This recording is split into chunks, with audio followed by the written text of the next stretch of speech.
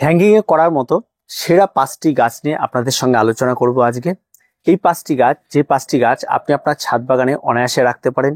যে সমস্ত গাছগুলি করার জন্য তেমন কোনো রকম পরিশ্রম করতে হয় না, তেমন কোনো রকম মাটির মিশ্রণে ভাবতে হয় না, এবং তেমন কোনো রকম কোনো কঠিন কোনো কিছু নেই, অনায়াসেই হ্যাঙ্গিং এ করা যায়।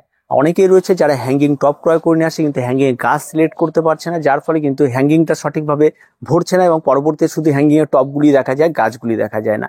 তো আজকে মূলত এমন 5টি গাছ নিয়ে কথা বলবো যে যারা নতুন বাগানে স্টার্ট করতে চান, যারা নতুন হ্যাঙ্গিং প্ল্যান্ট নিয়ে কাজ করতে চান, তাদের জন্য আজকে বেশ উপকারে আসবে। প্রথম যে গাছটির কথা বলবো সেটা হচ্ছে মানি প্ল্যান্ট। মানি প্ল্যান্ট এমন একটি গাছ যে গাছটি আপনি হ্যাঙ্গিং এ লাগালে আপনি হ্যাঙ্গিং এর মধ্যে অবশ্যই আপনাকে ভাবতে হবে না কতটা পরিমাণ জল দিব, কি পরিমাণ খাবার দিব, খাবার কম হলো না বেশি হলো, এমন কোনো কিছু ভাবতে হবে না। বর্তমান বাজারে কিন্তু প্রচুর ভ্যারাইটির কিন্তু আপনার এই পোথোস পেয়ে যাবেন বা মানি প্ল্যান্ট আপনি পেয়ে যাবেন।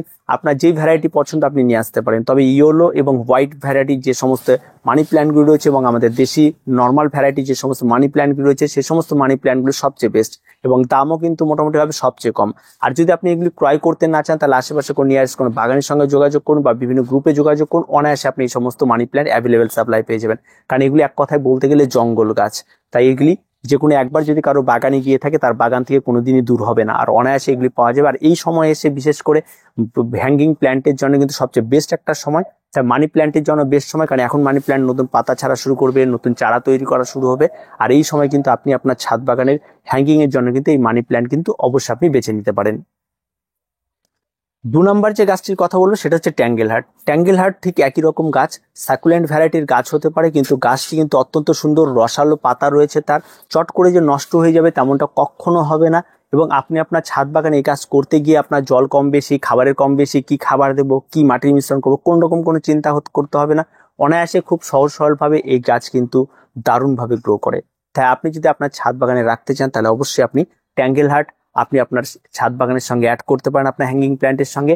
যে গাছটি কিন্তু আপনি আপনার ছাদ বাগানের শোভা এবং ছাদ বাগানের সৌন্দর্য একটা আলাদা মাত্রা এনে দেবে। আর একবার আপনি বিশ্বাস করে এই গাছটিকে লাগিয়ে দেখুন, একবার লাগলে আপনার ছাদ বাগান থেকে কোনোদিন আর দূর হবে না।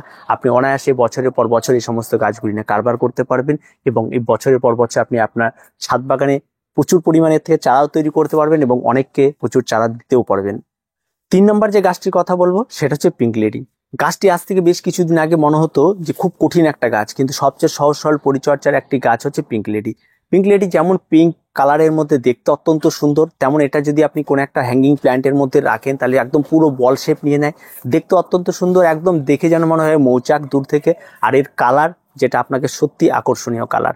আর আপনি যদি বাগানে হ্যাঙ্গিং এর মধ্যে পিঙ্ক লেডি রাখতে পারেন তাহলে সত্যি দেখার মতো গাছ। আর এই গাছই ঠিক তাই, একবার যদি আপনার ছাদ বাগানে এসে থাকে আপনার ছাদ বাগান থেকে কোনোদিন দূর হবে না, শুধুমাত্র বর্ষাকালটাই আপনাকে একটু দেখে রাখতে হবে, আর তেমন কোনো কিছু না। তাই পিঙ্ক লেডিও কিন্তু আপনার মাটির মিশ্রণ কি হবে কোনো কিছু নিয়ে ভাবতে হবে না।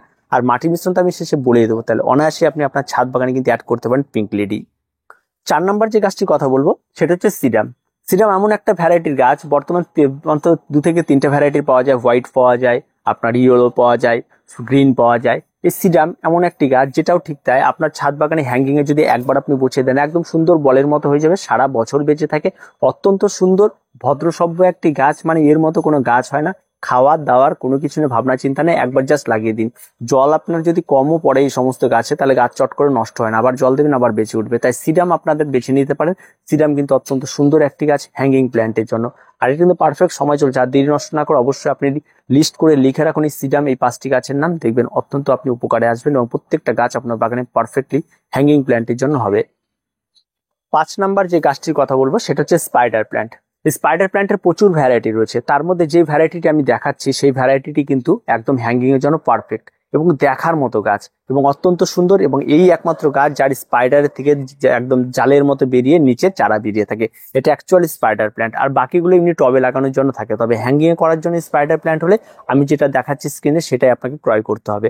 এই স্পাইডার প্ল্যান্টটি এত সুন্দর একটা প্ল্যান্ট যেটা আপনি হ্যাঙ্গিং এ লাগিয়ে দিলে আপনাকে কোন রকম তার গ্রোথ নিয়ে ভাবতে হবে না, এই গাছটি কি পরিচর্যা করে ভাবতে হবে না, শুধু আপনাকে গাছটা একটু জলটা একটু কম দিতে হবে, কারণ জল এই গাছে বেশি দিলে আর কড়া যদি রোদ লেগে যায় গাছে তাহলে একটু গাছটা মোটামুটি ভাবে পাতাটি একটু পুড়ে যায়, এটুকুই। আর এর বাইরে কোনো রকম সমস্যা নেই।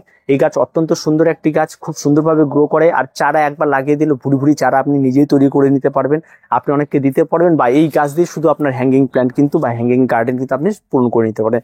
তাই অনায়াসে এবং খুব সহজভাবে যদি আপনাকে হ্যাঙ্গিং করতে হয়, তাহলে এই 5টা গাছ নিয়ে কিন্তু আপনাকে হ্যাঙ্গিং স্টার্ট করতে হবে। দেখবেন অনায়াসেই আপনি খুব ভালো একটা হ্যাঙ্গিং গার্ডেন তৈরি করতে পারেন। আপনি যদি 10টা টব আপনি যদি সিলেক্ট করে নিতে পারেন, আর এই সমস্ত গাছগুলো যদি করে নিতে পারেন দুটো দুটো করে, আপনি সত্যি বলছি আপনার সেই জায়গাটি বা যেই প্লেসটিকে আপনি যেমন করে সাজাতে চান আপনার স্বপ্নের মতো করে, তেমন করে এরা তৈরি করে দেবে, কারণ এরা এত সুন্দর একটি গাছ। এবারে সেই সমস্ত গাছগুলি মাটির মিশ্রণ। যেহেতু আপনি হ্যাঙ্গিং এ করছেন, তার জন্য অবশ্যই আপনাকে হ্যাঙ্গিং পট তো ক্রয় করতেই হবে। আর হ্যাঙ্গিং পট আপনারা আপনাদের সামর্থ্য মতো যার যেমন পছন্দ ক্রয় করে নেবেন। আর মাটির মিশ্রণ যেটা নেবেন সেটা সবসময়ের জন্য আপনি 50% মাটি নেবেন, আর তার সঙ্গে আপনি অবশ্যই একদম 30% কম্পোস্ট নেবেন। সেটা পাতা পচা হতে পারে, আপনার হতে পারে ভার্মি কম্পোস্ট হতে পারে, গোবর সার হতে পারে, এই সমস্ত কিছু নেবেন। আর বাকি যে 20% রয়েছে সেই 20% আপনারা বালি নেবেন। আর যদি আপনার মিডিয়া হালকা করতে চান, তাহলে আপনারা অবশ্যই কোকোপিট ব্যবহার করতে পারেন, পাতা পচা বেশি করে ব্যবহার করতে পারেন, তাতে কোনো রকম কোনো অসুবিধা নেই। কারণ এই সমস্ত গাছে মিডিয়া নিয়ে অত ভাবতে হয় না। আর এই সমস্ত মাটির মিশ্রণগুলির মধ্যে প্রত্যেকটা টবের জন্য সামান্য পরিমাণ আপনার একটু হাড় গুঁড়ো, একটু শিংকুচি, একটু নিমখোল অ্যাড করে দেবেন। আর মাটির মিশ্রণের সময় অবশ্যই একটু অ্যান্টিফাঙ্গাল অ্যাড করে দেবেন। আর তেমন কোনো কিছু লাগবে না, টব ভর্তি করুন, গাছ লাগিয়ে দিন। এবার গাছ যদি আপনার কাছে সেট থাকে তাহলে অবশ্যই সেট গাছ লাগিয়ে দিন। আর যদি সেট গাছ না থাকে, যে কোনো ডালপালা থাকে, তাহলে ডালপালাগুলিকে খুব ভালো করে বসিয়ে, ভালো করে যাতে সেট হয় সেভাবে আপনার ভালো করে বসিয়ে দেবেন। এটুকুই আপনার কাজ। তারপরে গাছে জল দিন। গাছগুলিকে অন্তত আপনি লাগানোর পর 7 থেকে 10 দিন আপনারা এমন একটি জায়গা রাখবেন যেখানে সূর্যালোকটা সরাসরি পড়ে না, হালকা ছায়াচ্ছন্ন জায়গা, সেরকম একটা জায়গা রাখুন। দেখবেন 7 থেকে 10 দিন পর দেখবেন গাছগুলি সেখানে সেট হয়ে যাবে। তারপর আপনি আপনার পছন্দের যে জায়গাটি রয়েছে সেখানে আপনি রাখবেন। এবার আসছি গাছের পরিচর্যা। গাছ লাগিয়ে দেওয়ার পর অন্তত 1 থেকে 1.5 মাস কোনোরকম কোনো পরিচর্যা করতে হবে না, গাছকে বাড়তে দিন, গাছকে বাড়তে দিন। এবার 1 থেকে 1.5 মাস পর প্রথম আপনি গাছে ফার্টিলাইজার ব্যবহার করুন। যদি আপনার কাছে খোল জল থাকে, একদম পাতলা করে খোল জল ব্যবহার করুন। যদি আপনার কাছে কোনো তরল খাবার থেকে, সবজি পচা জল থেকে, সেটা পাতলা করে ব্যবহার করুন। যদি না থাকে, যদি এনপিকে এর কোন রকম কোনো খাবার থেকে সেম রেশিওর, সেটা পাতলা করে আপনি গাছে ব্যবহার করুন। যদি লিকুইড সলিউবল এনপিকে 20-20-20 থাকে, তাহলে আপনি সেটাকে 1 লিটার জলে 2 গ্রাম নিন, সমস্ত গাছে স্প্রে করুন এবং প্রত্যেকটা গাছে 200 ml করে ব্যবহার করুন। এটা আপনি প্রতি 15 দিন অন্তর অন্তর এই সমস্ত লিকুইড খাবারগুলি গাছে ব্যবহার করুন। আর বাড়তি যে সমস্ত শুকনো খাবারগুলি এই সমস্ত গাছে যত কম দেবেন, গাছ তত ভালো থাকবে। আর আপনি চাইলে প্রয়োগ করতেও পারেন, কারণ পরবর্তীতে এই শুকনো খাবার প্রয়োগ করার মতো টবে কোনো জায়গায় থাকবে না। তাই স্বাভাবিকভাবে সেখানে প্রয়োগ করতে গেলে গাছের গোড়ায় পড়বে, গাছের পাতায় পড়বে, এবং পরবর্তীতে সেই সমস্ত জায়গাতে গাছের পাতাগুলি পচবে, আর কোনো কিছুই হবে না। তাই শুকনো খাবার থেকে হ্যাঙ্গিং প্ল্যান্টে বিরত থাকুন। সবসময় চেষ্টা করুন লিকুইড খাবার দেওয়ার, গাছ অনেক ভালো হবে। পরবর্তী থাকে একটু মেনটেনেন্স। কোনো একটা গাছের ডাল হয়তো অনেকটা বেশি ঝুলে গেছে, সেগুলিকে একটু কেটে দেওয়া, তার শেপটা ঠিকঠাক হচ্ছে কিনা একটু ছেটে ফেটে দেওয়া, এই সমস্ত কিছু তো নর্মাল ব্যাপার। আর আপনি যেই জায়গাটাকে সাজাতে চাইছেন সেইভাবে শেপটা আসছে কিনা সেগুলিকে একটু ধ্যান দেওয়া, এই সমস্ত ছোট ছোট বিষয়গুলো এগুলো আপনার প্রত্যেকেই পারবেন। আর কিছু বলার নেই। এই 5টি প্ল্যান যারা নতুন বাগানি, জাস্ট স্টার্ট করে দিন, দেখবেন দেখার মতো সত্যি গাছ হবে। তো আজকে এ পর্যন্ত, দেখা হচ্ছে পরবর্তী ভিডিওতে। প্রত্যেকে ভালো থাকবেন, প্রত্যেকে সুস্থ থাকবেন, আর চ্যানেলটিকে অবশ্যই সাবস্ক্রাইব করে রাখবেন।